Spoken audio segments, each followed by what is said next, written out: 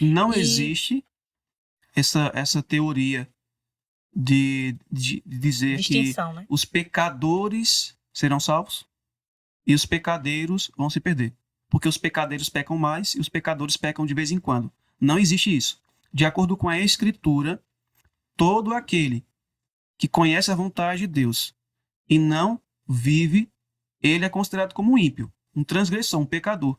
Quer ele cometa muitos pecados, quer ele cometa apenas um pecado, como foi no caso de Adão e Eva. Foi Uhum. apenas um pecado que eles cometeram. Eles transgrediram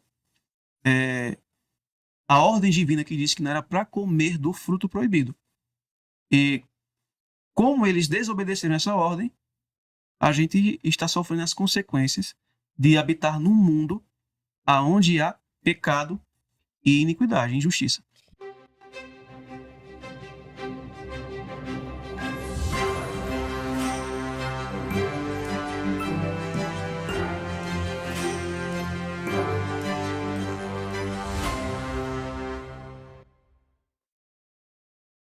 Eu gostaria de convidar vocês a lerem Jeremias, capítulo 5, verso 11 e verso 12.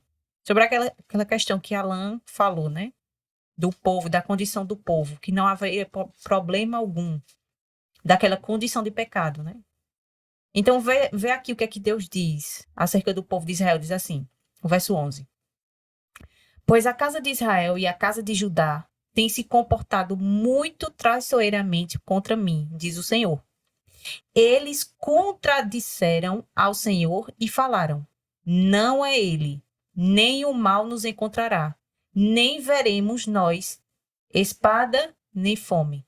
Aqui o que é que o profeta estava levando? A mensagem de advertência para o povo de Israel e convidando aquele povo ao arrependimento. Mas o início do verso 12 diz o quê? Eles contradisseram ao Senhor. Não, isso não vai acontecer. Isso que o Senhor está dizendo que vai acontecer, não vai acontecer. Então, eu posso continuar na minha vida de pecado, meus pecados ocasionais, e eu não vou me perder. Então, aqui está chamando Deus de mentiroso e está contradizendo aquilo que Deus disse, que o pecador, ele não tem como habitar no céu, né? Ele não tem como ir ao céu. Então, o ser humano dá um jeito, né? Dá o seu jeitinho, querendo colocar essas categorias para dizer, não, o pecador sim tem como ir para o céu, porque o que vai ficar de fora é o ímpio, e fazer toda essa distinção. Olha, vejam o que ela diz aqui no livro Eventos Sinais, agora no capítulo 15, página 125. Aí ela diz assim, olha que interessante. Ninguém será condenado por não fazer caso da luz e do conhecimento que nunca teve e não pôde obter. Então, quando não me é possível obter o conhecimento a respeito do que é a vontade de Deus, eu não serei condenado por não viver aquilo que eu não pude obter. Mesmo que tenha natureza pecaminosa, né? É. E é justamente quando Paulo fala assim para Timóteo, que nos últimos dias, né, surgirão aqueles que têm coceira nos ouvidos, né? Aí ele diz assim, que eles se recusarão a ouvir a verdade. O que é isso? Ignorância voluntária. Exatamente. Então, os que praticam ignorância voluntária, perante Deus, eles já estão sob condenação. Agora, essa classe que eu li aqui são aqueles que não podem obter o conhecimento. São ignorantes involuntários. Aí veja o que ela diz aqui, nessa mesma página. Ela diz assim, ó, os que têm oportunidade de ouvir a verdade, mas não se esforçam para ouvi-la ou compreendê-la, pensando que, se não a ouvirem, não serão responsáveis, serão considerados culpados perante Deus, como se a tivessem ouvido e rejeitado. Não haverá desculpa para os que preferem continuar no erro, quando poderiam compreender o que é verdade. Em seus sofrimentos e morte, Jesus fez expiação por todos os pecados de ignorância, ou seja, a ignorância involuntária. Mas não foi tomada providência para a cegueira voluntária. Não seremos considerados responsáveis pela luz que não atingiu a nossa percepção, mas pela luz a que resistimos e que rejeitamos. Ninguém poderia compreender a verdade que nunca lhe foi apresentada e não pode, portanto, ser condenado pela luz que nunca teve. Então, ela deixa claro, se eu sou um ignorante voluntário, ou se eu recebi a luz e mesmo assim não quero viver, eu estou sob condenação. Agora, se eu não pude obter o conhecimento, aí é outra coisa. Isso. Uhum.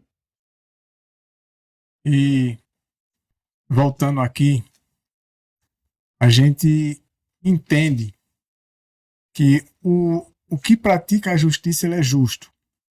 Então, o que seria essa justiça que a gente tem mencionado tanto? Né? No Salmo 119, versículo 172, diz que a minha língua falará da tua palavra, pois todos os teus mandamentos são justiça. Então, praticar a justiça é obedecer aos mandamentos, todos os mandamentos de Deus. Porque essa é a justiça requerida do homem, né? Em Deuteronômio 6, versículo 25, esse versículo ele é um tesouro. Sabe aquele tesouro que você, quando escava fundo, você encontra? E que ele faz sentido dentro desse tema. Quando você passa assim por alto, lendo numa leitura de ano bíblico, talvez você não veja a profundidade dele. Mas dentro desse contexto que a gente está estudando, Deuteronômio 6, 25 diz o seguinte: e será para nós justiça. Quando que vai ser justiça para a gente? Quando tivermos cuidado de cumprir todos estes mandamentos perante o Senhor nosso Deus, como ele nos tem ordenado. Olha que interessante. Só vai ser justiça, a justiça ela só é cumprida quando tivermos cuidado de cumprir todos. Nessa versão diz assim, ó, e será nossa justiça. Isso. Por isso que é interessante, né, que o justo viverá pela sua justiça, né? Essa justiça porque é dele, não é a justiça própria que ele trata imundo, não, é porque ele recebe de Deus e passa a ser dele agora. Ele passa a produzir a justiça Ele de passa, Cristo. Romanos 2. Agora a gente vai entrar em alguns versículos que é assim, quem assistiu até aqui, quem está acompanhando os primeiros que a gente está falando sobre justificação pela fé, vai ser mais fácil de entender. Esses versículos eles são muito interessantes, porque eles aparentam ser versículos contraditórios, mas não são. Mas a gente entende tudo dentro de um contexto, a gente consegue compreendê-los. Primeiramente, Paulo, em Romanos 2:13. Paulo, que disse que nenhum homem seria justificado pelas obras da lei. Olha o que é que ele diz aqui no verso 13 do capítulo 2 de Romanos. Porque os que ouvem a lei não são justos diante de Deus. Ou seja, aqueles que só dão ouvidos ou só lê, né? O ímpio. Não são esses que O são ímpio, justos. né? Mas Aprende, rejeita mas a só prática da fica justiça. nisso. É aquilo que a gente viu. Só fica nisso. Mas os que praticam a lei hão de ser justificados. Veja, né? Embora ele tenha dito que ninguém será justificado pelas obras da lei. Por quê? Porque essas obras eram as obras da justiça própria. Era isso que Paulo estava acusando. Essas obras que vocês fazem da justiça própria de vocês, de se justificarem. Ah, estou obedecendo isso, agora sou merecedor. Deus me deve agora. Como se fosse um salário, né? Eu fiz isso, agora o Senhor me deve a chance de ir para o céu, o direito. Eu tenho o direito agora de ir para o céu. Essas obras da lei é que não são justificadas. Mas já quando o indivíduo ele recebe a lei no coração, quando ele é justificado, ele recebe a justiça, ele agora pratica a justiça. E agora ela se torna uma justificação prática. É igual à situação de Abraão em Tiago capítulo 2. Que Tiago diz assim: veja que ele foi justificado pelas obras e não somente pela fé. Esse somente que ele menciona significa que não fica só nisso. A fé verdadeira vai levar à obediência. E Paulo está dizendo aqui, né? Para quem acha que Paulo só defendia A graça. somente acreditar, né? Acreditar. E Êxodo capítulo 23, versículo 7, Moisés falando, né? Boca de Deus aqui. Êxodo capítulo 23, versículo 7. Essa partezinha aqui se encontra da metade para o fim do versículo. E se vocês forem ler o versículo inteiro, essa parte vai estar da metade para o fim. Diz assim: porque, isso é Deus dizendo, não justificarei o ímpio. Aí você pensa, mas o Novo Testamento diz que Cristo morreu pelos pecadores e que ele iria justificar O ímpio. o ímpio. Romanos capítulo 4, verso 5. Isso. E aí?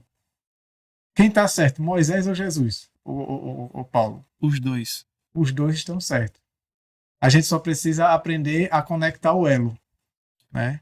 Que foi justamente o que fizemos aqui, né? Como Isso. nós entendemos a definição de ímpio do que é justo, a gente entende a passagem bíblica. E a gente vai entender melhor, embora a gente já tenha lido no estudo anterior, mas eu acho que vale a pena, dentro desse contexto, ler de novo Ezequiel 18. Como é que o ímpio vai ser justificado? Tem condição, né? Uhum. Ou quando diz assim, ele justificará o ímpio, significa que ele vai justificar de todo jeito, sem condição nenhuma, Não. sem o ímpio precisar fazer nada? Não, porque aqui está dizendo que o ímpio não será justificado. Qual ímpio? Aquele que recusa Que recusa o arrependimento. o arrependimento. Não, ele quer ser justificado. Mas ele não quer se arrepender. Ele quer ser perdoado, mas ele não quer aceitar as condições para isso. É como diz 1 João 1,9. Lá diz assim: se confessardes os vossos pecados, ele é fiel e justo para vos purificar de toda injustiça. Ele é fiel e justo para vos perdoar e vos purificar de toda injustiça. Uhum. É o que Daniel, acho que ela já comentou aqui. Nós queremos o perdão dos pecados, é o que o ímpio quer, mas não quer ser purificado do pecado, porque são duas obras aqui: justificação e santificação. Você ser perdoado e você ser purificado. Deus remover da sua vida os pecados. Para que ele possa fazer isso, você tem que decidir se arrepender, né? Uhum. Aceitar o chamado. Você reconhece que é culpado, confessa seus pecados e abandona definitivamente. Exato. Isso é ser purificado. Aí aqui em Deuteronômio 25, veja como é interessante. Estudando justificação pela fé, é muito raro a gente mencionar esses textos. Esse que a gente acabou de ler, esse que a gente vai ler e o outro que a gente vai ler. Por quê? Porque deixa bem claro que a justificação pela fé, ela não é de todo jeito. Então não abuse desse privilégio que Deus dá ao homem, dessa misericórdia. Porque é um cheque pré-datado. É um cheque pré-datado. Embora no momento que ele lhe declare justo, você, naquele momento, pode não estar ainda vendo justiça em você, você não está enxergando, você não está olhando para a sua vida, você não está vendo essa justiça. Mas é pelo quê? É pela fé. Pela fé. É pela fé que Deus assina o cheque dizendo que daqui a 30 dias vai cair o valor na conta. Ou seja, daqui é aquilo que a Bíblia diz assim: a obra que ele começou, ele vai terminar até a volta de Cristo, né? Eu lembro quando eu trabalhava numa imobiliária que os pessoal da imobiliária é engenheiro, tem engenheiro e tem outro que eu estou esquecido qual é o nome que O técnico função. de segurança. Tem um segurança do trabalho, arquiteto. Técnico de edificações. Sim, todo o pessoal que trabalha, eles colocam, quando eles começam a obra, eles colocam como se fosse uma contagem regressiva nas obras. Aí tem lá, começou tal data e tem que ser entregue tal data. Aí fica uma contagem, falta tantos dias. Aí vai sendo uma contagem. Todo dia eles mudam aquilo ali. Porque eles têm um prazo para entregar. Agora eu pergunto, eles colocam esse prazo, chega lá, não tem nada. Tem lá o prazo para entregar para a empresa que pagou a eles aquela construção. Não tem nada. Eles têm um período de 1 ano, vamos dizer, para construir aquele prédio. Passa-se 1 ano. Quando chega no dia deles entregar, eles constroem tudo de uma vez. Não. Eles levantam o prédio inteiro, num Não. dia só. Não. Naquele dia de entregar, pum, aparece do nada o prédio. É assim? Não. Mesma Então- coisa com caráter, né? Tem que ser Exatamente. construído. Então a obra, ela não vai ser assim, ó. Transformada. detalhe, assim. Por isso que a citação de Ellen White, que muitas vezes é interpretada e colocada, é que ela diz assim, que a santificação é uma obra que dura a vida Isso. toda. E as pessoas Uhum. pensam assim, não, porque Ellen White diz que é desse jeito mesmo. É. A santificação é desse jeito. É como se os construtores do prédio construíssem um andar, aí daqui a pouco quebrasse aquele andar e construísse de novo, quebrasse É. aquele andar e construísse de novo, aí depois Quando na de um verdade tempo, não, é o construísse. degrau, né? Você vai Ele avançando. vai construindo, não vai Exatamente. parando. E vai quebrando e voltando de novo, e quebrando e voltando. Não.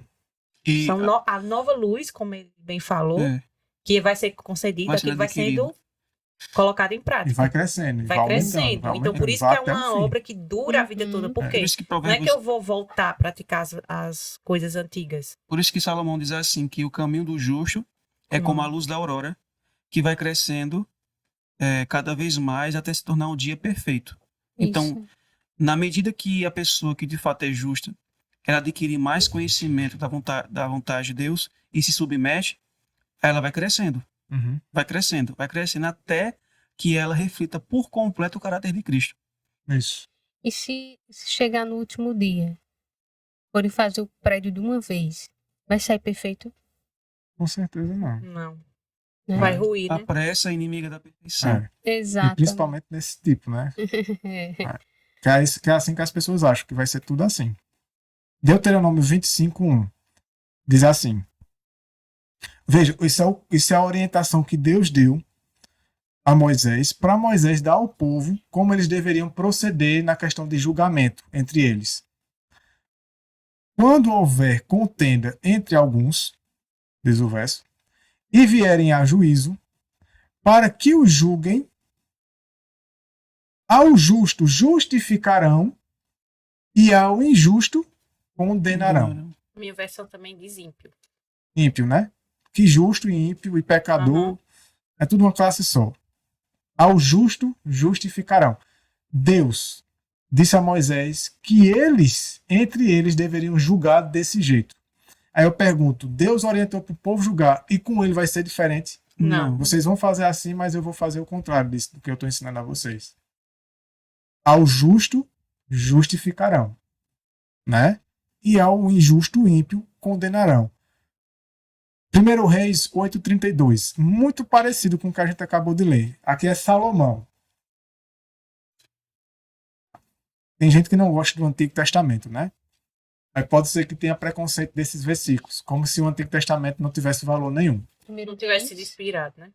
1 Reis 8:32. Aqui quem está falando foi o homem a quem Deus mais deu sabedoria, né? A Bíblia diz que ele foi o mais sábio. Nem antes dele, nem depois dele houve alguém tão sábio como ele. Essa sabedoria veio de Deus. Olha o que ele diz.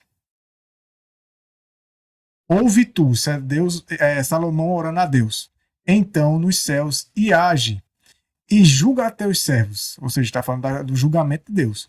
Condenando ao ímpio, fazendo recair o seu proceder sobre a sua cabeça e justificando ao justo, rendendo-lhe segundo a sua justiça.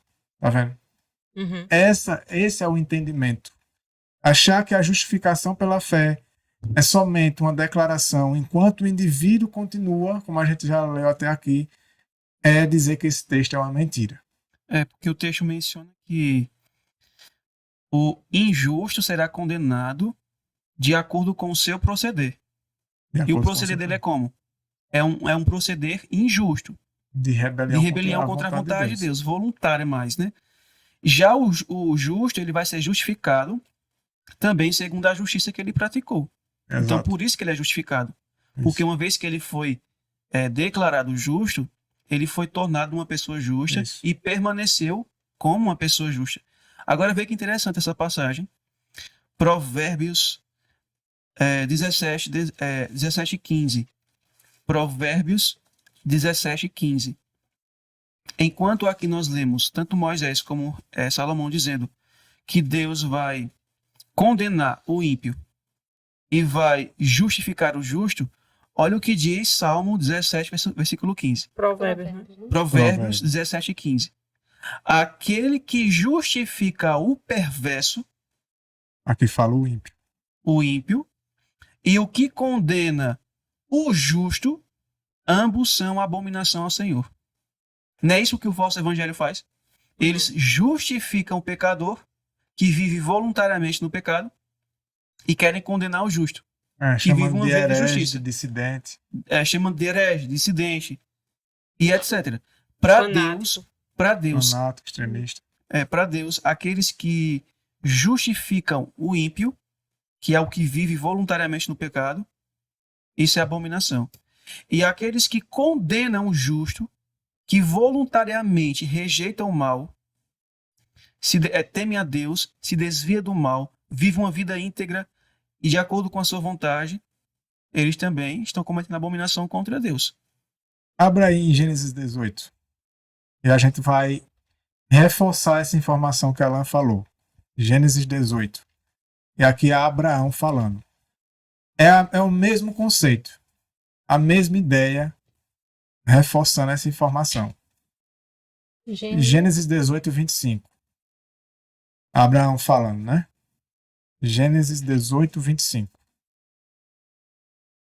Diz assim, Abraão falando para Deus, longe de ti o fazeres tal coisa.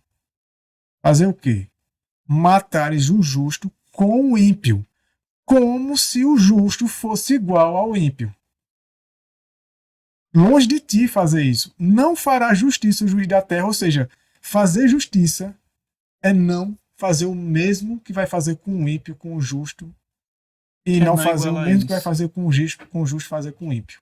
Por quê? Ele está dizendo assim, como se o justo fosse igual ao ímpio. Quem é que faz isso? É a gente. A justiça própria. É a gente que olha para o indivíduo buscando viver a vontade de Deus, buscando ser fiel, e condena ele como se ele fosse um ímpio. E o indivíduo que está vivendo, e você vê nitidamente que ele está vivendo em desobediência a Deus, que ele sabe que está fazendo errado, e a gente chama ele de justo. De justo não, porque é só você crer em Jesus. Exortação, né? Com esses vocês nem se assentem para comer. Nem se assentem para comer, porque só vai vir coisa ruim. Isso é o quê? Inversão de valores. Chama do bem mal e o mal bem. Luz, trevas, Está prevalecendo muito isso. E a pergunta de... se é Abraão, né? Se for Abraão. Pronto. Falou. A pergunta de Abraão. Não fará justiça o juiz de toda a terra, que é Deus? Isso. De fato, Deus vai fazer justiça. Vai. Ele não vai fazer o que a gente tá, como a gente trata. E essa questão, né? Quando a gente pega o Salmo 1, diz assim, não se assenta na roda dos escarnecedores. Aí a gente só coloca esse texto para aquelas pessoas assim que estão, vamos dizer assim, na mesa de um barzinho, né? Ali, uma roda de futebol, justamente. No pátio do forró. Só que quando a gente faz essa ligação com o texto de Paulo, é com o ímpio, aquele que está vivendo em rebelião contra Deus, né? Tem a luz, o conhecimento, mas não quer viver. Então, quando a gente se assenta, assim, uma pessoa que é declaradamente, né? Declaradamente está em rebelião contra Deus, vivendo aquela vida, mesmo que seja dentro da igreja. Então, isso é se assentar na roda dos escarnecedores, quando está junto do ímpio, né? Aquele que está em rebelião aberta à lei de Deus. Um escarnecedor gospel. Né? Exatamente. Infelizmente. Agora a gente vai entrando na reta final. E agora a gente vai buscar a solução para o ímpio. O ímpio precisa dessa solução, mas ele precisa aceitar essas condições. Ezequiel 18, 21 e 22. Ezequiel 18. Porque foi dito, mas como assim o ímpio não vai ser justificado? Quando ele não se submeter a essas condições. Aí ele não vai ser justificado. Porque para ser justificado tem condições. O amor de Deus ele é incondicional. Mas para viver a eternidade, ela é condicional. Né? Então, Ezequiel 18 diz assim, versículo 21.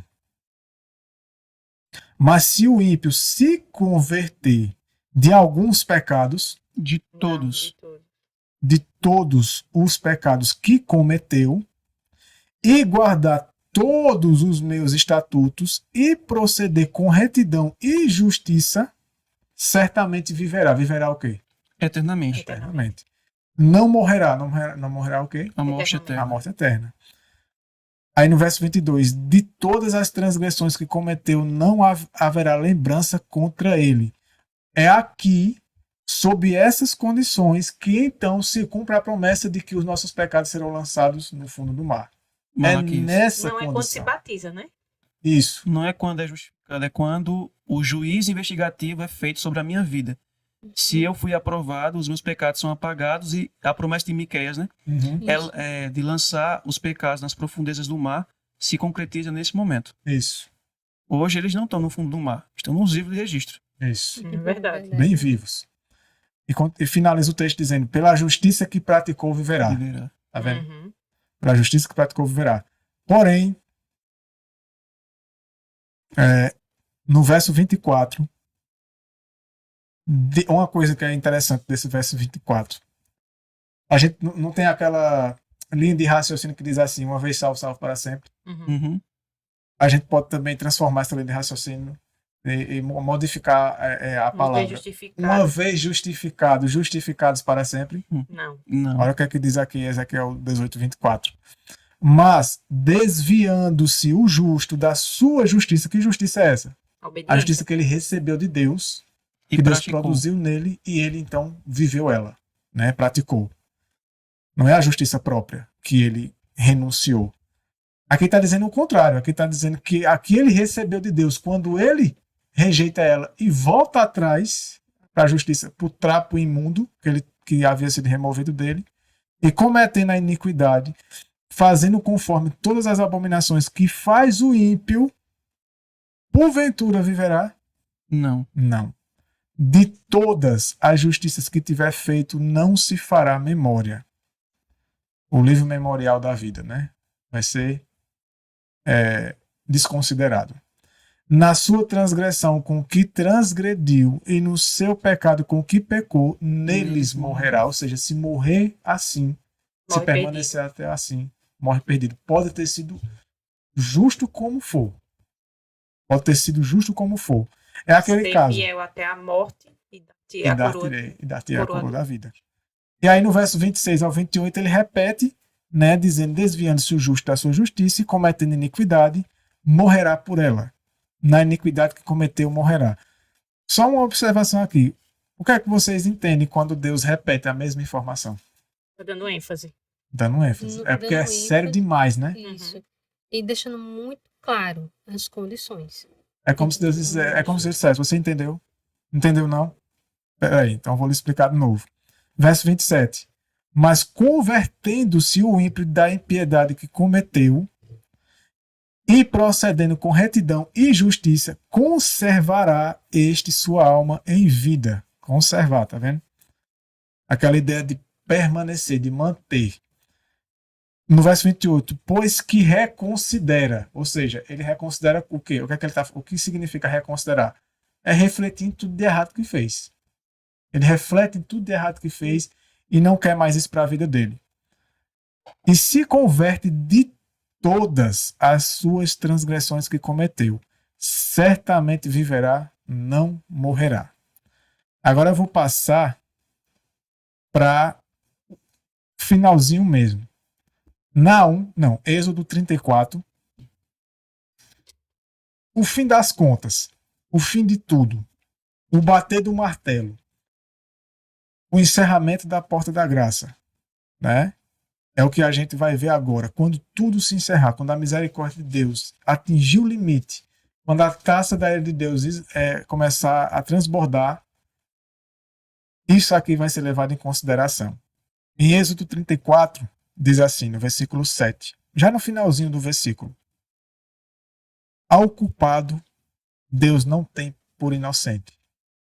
Então, quem reter a culpa, no último dia, quando Cristo encerrar a intercessão pelo homem, ele não terá esse por inocente. Ele não vai ser inocentado.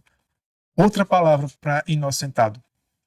A gente está falando do tema todo. Justificado. Justificado. A justiça de Cristo não pode estar sobre ele. sobre o Uhum. culpado. Se ele reter a culpa, que nem Adão, Aquilo né? que a gente viu no estudo passado, né? Cristo não pode estar como um manto para cobrir para o pecado. encobrir o erro do homem. Em Naum, capítulo 1, versículo 3, ele diz praticamente a mesma coisa, só que ele dá um detalhe aqui interessante no começo. Naum, capítulo 1, versículo 3. Olha que interessante o que Naum fala aqui. O Senhor é tardio em irar-se, mas grande em poder, e ao culpado não tem por inocente. Vocês perceberam o que ele falou no início? O Senhor é tardio em irar-se. E aí ele fala, mas... O que é que Naum está dizendo aqui? Ele demora. Está demorando para vir. Mas se você permanecer, vai vir. A Uhum. conta vai vir. E na É versão isso que ele aqui, está dizendo. da King James, diz assim, ó. E não irá de forma alguma absolver o perverso. O perverso. Ou seja, isso tá sendo ligado diretamente com o juiz investigativo. Isso. Manuel. Olha que interessante essa passagem. Números 32, 23 diz assim: Porém, se não fizerdes assim, eis que pecastes contra o Senhor. E sabei que vosso pecado vos há de achar. E Deus fala, né? Lá para Moisés. Quando ele diz que... Moisés disse, apaga o meu nome se o Senhor destruir esse povo. Ele disse, só será apagado o nome daquele que pecou Pecar contra contra mim. mim.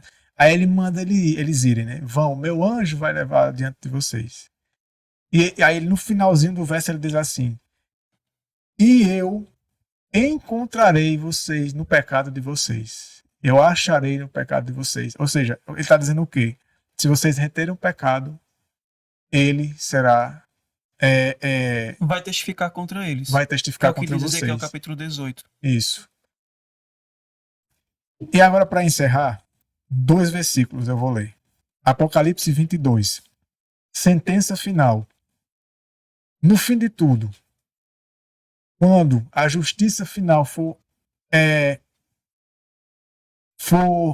digamos que aplicada, quando a justiça de Deus final for aplicada, quem será finalmente declarado justo? Finalmente justificado? Aqui em Apocalipse 22, 11, é o término da porta da graça de Deus, É né? o fechamento da porta Fechamento da da graça. porta da graça. Diz assim: continue o injusto fazendo injustiça. Continue o imundo ainda sendo imundo. Ou seja, não tem mais o que fazer. Não tem mais mudança de caráter. Não há mais mudança. Essa é a sentença deles. O justo continue na prática da justiça. E o santo continue a santificar-se. Né? Essa é a sentença final. O justo na prática da justiça. Agora eu quero ler para vocês esse salmo. Salmo 15. Quem habitará no reino de Deus? Esse salmo ele é muito forte. Salmo Uhum. 15, é? Salmo 15. Na tradução que eu vou ler aqui para vocês, é mais forte ainda. É a tradução Septuaginta. Porém, quando você vai lá no grego, a mesma palavra que foi traduzida aqui, eu vou mencionar ela tem o mesmo sentido. Veja, no versículo 1, Salmo 15 diz assim: quem, Senhor, habitará na tua casa? E quem habitará no teu santo monte? Ele está repetindo a mesma informação. Uhum. Mudou as palavras, mas está falando do mesmo local, né, que é o paraíso. Quem? Aí o verso 2 responde: aquele que anda sem culpa e pratica a justiça, que fala a verdade no seu coração. E no verso 3, que eu esqueci de colocar aqui no slide, aquele que não difama com sua língua, nem faz mal ao seu próximo, nem aceita nenhum opróbrio contra o seu próximo. Esses habitarão. Você viu o detalhe do verso 2? Aquele que anda sem culpa e praticar a e justiça. praticar justiça. Tem tradução que vai dizer aquele que anda irrepreensível, que não tem repreensão. Então, o bater do martelo, o se levantar de Cristo, o encerrar a intercessão, ele só dará o galardão da vida eterna para os que naquele momento, quando ele encerrou, no registro do indivíduo não houver nada do que é acusá-lo. Não houver culpa de nada. De todos os pecados estiver lá a sentença, perdoado, perdoado, perdoado. Por quê? Porque houve arrependimento e confissão. A pessoa Aceitou a reconheceu sua justiça culpa. de Cristo Isso. sobre ela. No livro Caminho a Cristo, na página 22, é no capítulo 3. Olha o que ela diz. Cuidado com os adiamentos. Não deixe para depois a tarefa de abandonar os pecados e buscar, por meio de Jesus, a pureza de coração. É nesse ponto que milhares têm errado para sua própria perda. Mas há um terrível perigo que não é bem compreendido em adiar ou atender ao chamado do Espírito Santo, preferindo viver no pecado. É o que o ímpio faz. Pois é isso que acontece quando esse adiamento ocorre. Só com o risco de perder a vida eterna é que podemos tolerar o pecado, por pequenino que seja. O que não conseguirmos vencer, nos vencerá para a nossa própria destruição. Aí quando nós analisamos esse falso evangelho que tem sido disseminado no nosso meio, de que Cristo vai nos salvar em nossos pecados, de que somos justificados nos pecados, de que somos santificados nos pecados voluntários, de que não há problema de pecarmos de vez em quando, que iremos continuar de forma voluntária pecando contra Deus até Cristo voltar. Essa citação aqui, ela destrói esse pensamento, porque ela fala, né, em resumo, que o Espírito Santo nos convida ao arrependimento. E arrependimento é reconhecer a nossa culpa, confessar e abandonar. E se nós não fizermos isso, se preferirmos viver no pecado, achando que no final iremos para o céu, ela fala que aquilo que nós não conseguimos vencer Nessa vida. vai nos destruir. E será destruir para a morte eterna. Isso. Iremos perder a vida eterna e iremos receber a morte eterna. Exato. Então, a gente encerra, né, toda essa temática sobre justificação pela fé, sobre justiça, aqui com esse tema que a gente abordou sobre o que é um justo e o que é o ímpio, e quais são as consequências de ser justo e quais são as consequências de ser ímpio. Encerramos por aqui, embora a gente não tenha esgotado o assunto, porque ninguém esgota nenhum assunto bíblico nessa vida, será ilimitado o conhecimento, né? Até a eternidade a gente vai estar aprendendo. Mas assim, eu creio que já é suficiente para a gente tomar decisões, né, nas nossas vidas, né? E para a gente não abusar dos privilégios e misericórdia de Deus, como a gente tem o terrível costume de fazer isso, de abusar e de fazer o mau proveito daquilo que Deus tem nos concedido.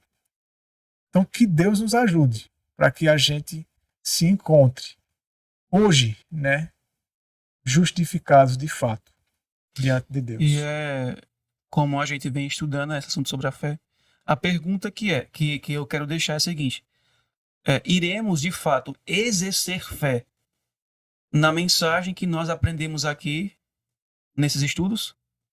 Iremos exercer a verdadeira fé ou nós iremos exercer uma falsa fé? Dizer, não é assim não. Ou reconhecer, como os demônios fazem, reconhecer que é assim, mas não se submeter. Não depender somente do poder da palavra e não esperar que a palavra cumpra nele aquilo que ela diz. Que tipo de fé nós vamos demonstrar em relação a essa preciosa mensagem que nós temos estudado aqui? É verdade. É uma decisão particular, pessoal e individual. Isso é uma decisão que tem que ser tomada com muita oração também, né? Buscar muita entrega, força. muita oração. Não é também de todo jeito que é feita essa decisão, né? Tem que haver uma genuína entrega a Deus todos os dias. Então, no próximo tema que a gente vai abordar será liberdade religiosa. A gente vai abordar o tema da raiz dele até o que a gente entende sobre liberdade religiosa, como a maioria das pessoas da sociedade entende. Porque liberdade religiosa geralmente vem à mente a questão de política, né? E claro que vai chegar a esse ponto, mas a gente vai ver que liberdade religiosa começa entre o relacionamento entre Deus e o homem, entre o homem e seu próximo, e aí vai para o lar, entre o esposo e a esposa, pais e filhos, e aí vai para o trabalho, vai para a igreja e por aí vai. Então, tudo isso a gente vai abordar para que a gente possa entender a raiz do problema de quando vem chegar na questão política, de onde começa o problema da questão da liberdade E religiosa. também é uma questão profética, né? Isso, Nós vamos chegar no ponto profético. no ponto profético. E iremos entender profundamente esse tema. É um tema muito sério, muito bom, para que a gente possa se preparar para tudo que está por vir nesses últimos dias. Então, não percam, né, os próximos temas, né, a partir do próximo podcast. Então, desde já, a gente convida vocês para o próximo podcast, tá bom? Não deixe de curtir, não deixe de compartilhar. Veja a mensagem aí que o meu querido esposo, né, o Emanuel, deixou. Então, a gente espera vocês no próximo podcast, tá bom? Esperamos em Deus que a mensagem de hoje tenha sido uma bênção na sua vida e transforme cada vez mais, que você possa buscar cada vez mais a palavra de Deus e se fortalecer e se preparar para a volta de Jesus, tá bom? A gente aguarda vocês no próximo podcast. Deus abençoe e fica com Deus. Deus abençoe a todos.